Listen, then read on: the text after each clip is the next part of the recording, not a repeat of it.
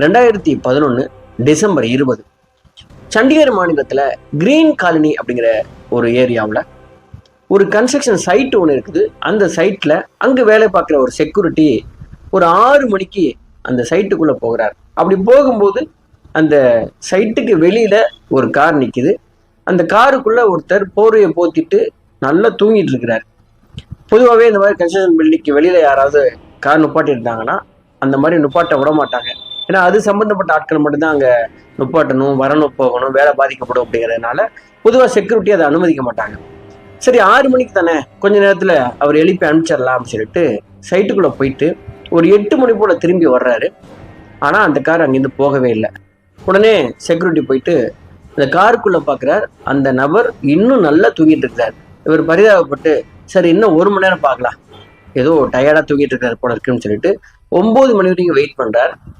மறுபடியும் அந்த கார்கிட்ட போனால் அந்த நபர் 6 மணியில படுத்திருந்த அதே பொசிஷன்ல தான் இருக்கிறார். கொஞ்சம் கூட ஒரு அசைவோ இல்லை நகர்வோ எதுவுமே இல்லை. இப்போ மெல்லமா அந்த செக்யூரிட்டிக்கு ஒரு டவுட் வருது. காரை குலுக்கி பார்க்குறார், கண்ணாடியெல்லாம் தட்டி பார்க்குறார், சத்தம் போட்டு பார்க்குறார். உள்ளுக்குள்ள இருக்கிற நபர் கொஞ்சம் கூட நகர்ற மாதிரியே இல்லை.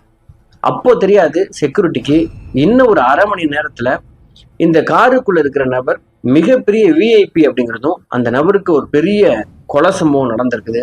அந்த கொலையினால சண்டிகர் மாநிலமே படபடக்க போகுது அப்படிங்கிற விஷயம் அந்த செக்யூரிட்டிக்கு அப்போ தெரியாது.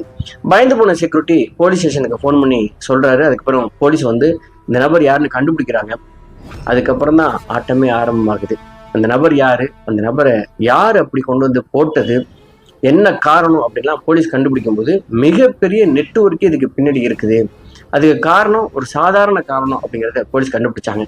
சரி, நேரடியாக இந்த குற்ற சம்பவத்துக்குள்ள போகலாம். சண்டிகர் ஸ்டேட்ல செக்டர் 12ல் ஆக்ஸ்போர்ட் ஹாஸ்பிட்டல் அப்படிங்கிற ஒரு ஹாஸ்பிட்டல் ரன் பண்ணிட்டு இருக்கிறவர் டாக்டர் கௌரவ். அந்த பகுதியில் டாக்டர் கௌரவ் தெரியுமா அப்படின்னு கேட்டா எல்லாருமே ரொம்ப நல்லா தெரியுங்க அப்படின்னு சொல்லக்கூடிய அளவுக்கு ரொம்பவே ஃபேமஸான ஒரு டாக்டர் தான் அவர். இவர் ஒரு கார்டியாலஜிஸ்ட். அந்த பகுதியில் இருக்கிற எல்லா டாக்டருமே ஹார்ட்ல ஏதாவது பிரச்சனை அப்படின்னா எல்லா பேஷண்ட்டையும் இந்த டாக்டர் கௌரவ் கிட்ட தான் அனுப்பி வைப்பாங்க. ரொம்பவே திறமையான ஒரு டாக்டர். ரொம்ப சேலஞ்ச் பண்ணி ரொம்ப கிரிட்டிக்கல் கேஸை கூட அட்டன் பண்ணி நிறைய நபர்களை உயிர் பிழைக்க வச்சிருக்கிறார். இந்த டாக்டருடைய ஃபேமிலி பேக்ரவுண்ட் என்ன அப்படின்னா, இவருக்கு ஒரு அப்பா இருக்கார், அவங்க அம்மா இறந்து போயிட்டாங்க. இவருடைய மனைவி 2005 இறந்து போயிடுறாங்க. டாக்டருக்கு 49 வயசு. இப்போ ஒரு பையன் இருக்காரு. இந்த பையன் எம்பிபிஎஸ் படிச்சுட்டு இருக்காரு. ஒரு பொண்ணு இருக்காங்க, அவங்க ஸ்கூல் படிச்சுட்டு இருக்காங்க. 49 வயசான இந்த டாக்டர் மறுமணம் பண்ணிக்கல. மிட் நைட்ல ஃபோன் பண்ணா கூட இந்த டாக்டர் இந்த பேஷண்ட்டை போயிட்டு அவங்க எங்க இருக்காங்களோ அவங்க வீட்டிலே போய் அட்டன் பண்ணக்கூடியவர். அது மாதிரி ரொம்ப பொறுமைசாலி.